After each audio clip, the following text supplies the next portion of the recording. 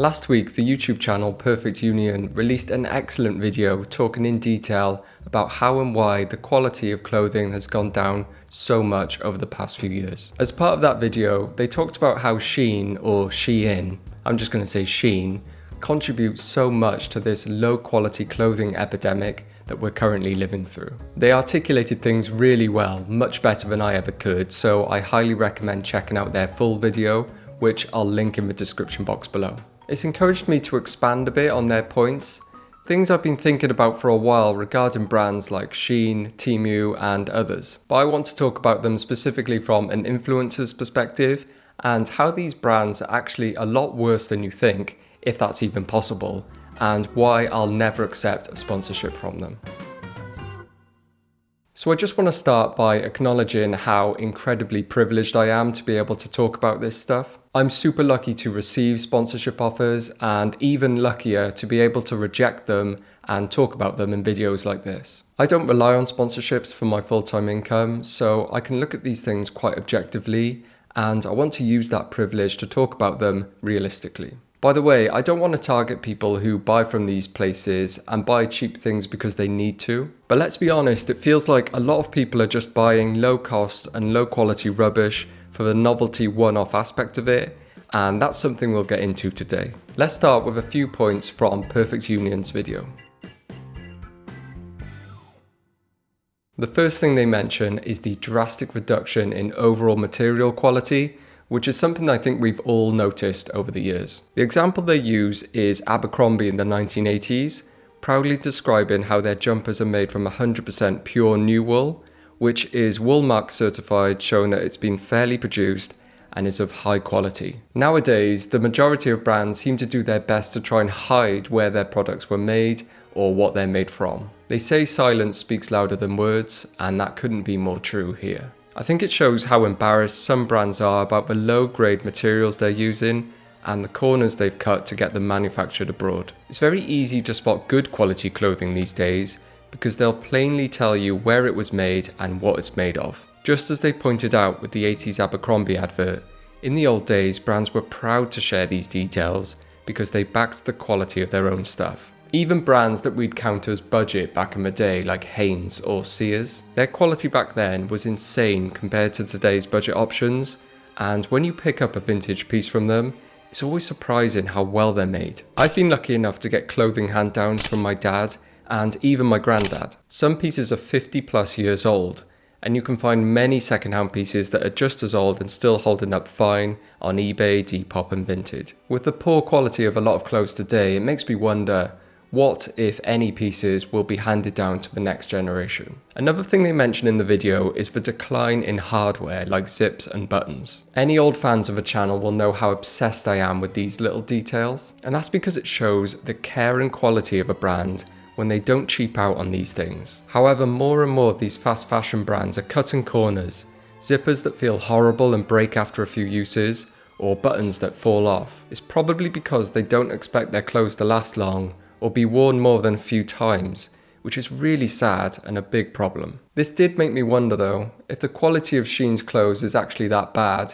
then why do they have so many positive reviews? And not just a few reviews, thousands of them, all saying how good the fit and quality is. Well, they're fake, of course. I didn't even know this until I started making this video, but apparently when you review an item positively on SHEIN, you get rewarded with points, which gives you money towards new purchases. Basically encouraging people to say a crappy basic t-shirt made of 100% low-grade polyester is high quality. And who can blame them? Free stuff is free stuff, and the economy is not in a good place at the moment.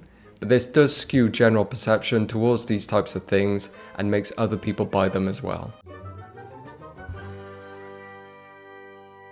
Another interesting point that Perfect Union bring up is basically the disappearance of seasons. I'm old enough to remember when brands released most of their new items just twice a year, spring, summer and autumn, winter. This created hype, anticipation and made things feel more valuable when you got your hands on them. A lot of brands still stick to this, which is great, but others like SHEIN have forgotten about seasons and are releasing new items every single day. In fact, a scary figure I read is that at any one point, SHEIN have over 600,000 unique items for sale. And on top of that, they release 300,000 new items every year. Now, if we put that into perspective against someone like H&M, who a lot of people think are just as bad as SHEIN, well, they only release 4,500 new products a year. Look, H&M still release too many products, but as you can see, they're on completely different planets. I completely acknowledge that I'm probably not doing the best I can, and I take sponsorships from brands that some people find unacceptable,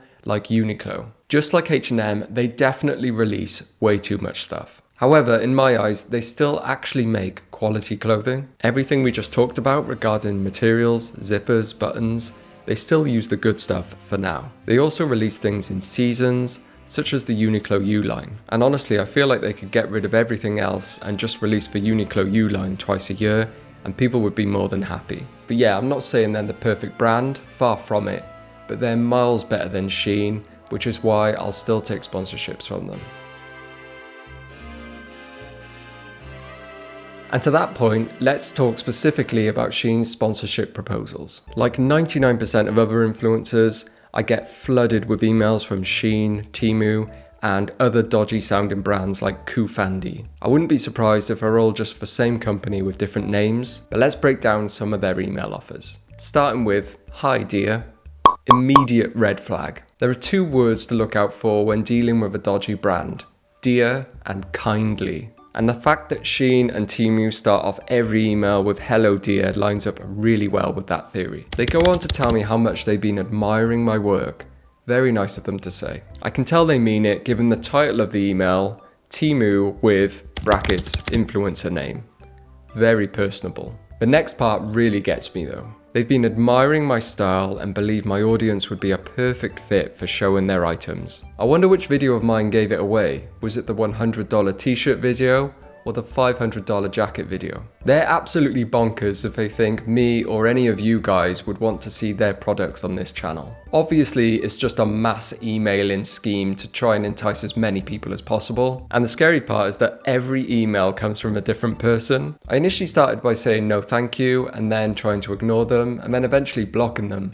But they'll just send a new email from a new account the next day. Another just insulting thing about these sponsorship offers is that they're not even a good deal. I mean, I know my channel isn't huge, but it's not small either. And all SHEIN offer is $200 in free clothing, not even an actual payment. That's not to say I would take a payment if they offered it. I absolutely wouldn't. But keep in mind that SHEIN are worth $64 billion.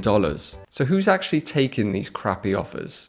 Well, a lot of people, unfortunately. I don't think SHEIN rely on real sponsorships. They just ship out free clothes to almost anyone as long as they get some content out of it. Cost is not an issue because, as they go over in the Perfect Union video, these brands are not only producing things at a loss to undercut European and American brands, but they're also strongly linked to slavery, and they completely avoid paying tax when shipping to the USA via the de minimis tax exemption rule. So influencers, especially smaller ones, will take this free clothing because they need that new content for their channel. And it's just turned into this horrific, well-oiled machine of one-wear throwaway pieces. Getting a t-shirt for £2 shouldn't be seen as a good thing. If something is horrifically cheap, it's usually because someone else is paying for it down the production line.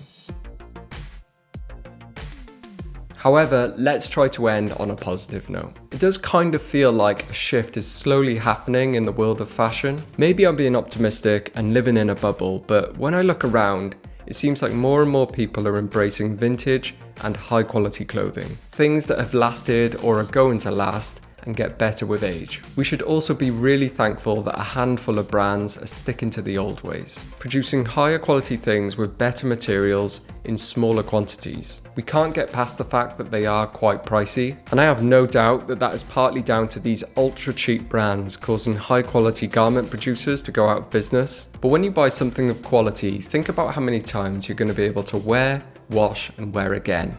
The cost per wear might actually work out cheaper than some of these one-wash, low-quality pieces of tat. So there's my little rant, but as I said, definitely go and check out Perfect Union for a much better presented and put together video on this topic. I know we don't need another problem in the world, but it does kind of feel like we're coming to a time where we need to pick a side in this war against poorly produced and wasteful clothing. And if I can use my small amount of influence to help, then I will. Anyway, whether you agree or not, I'd love to hear your comments on the subject. I hope you found it interesting. Thank you very much for watching, and I'll see you next time. Ta-ra.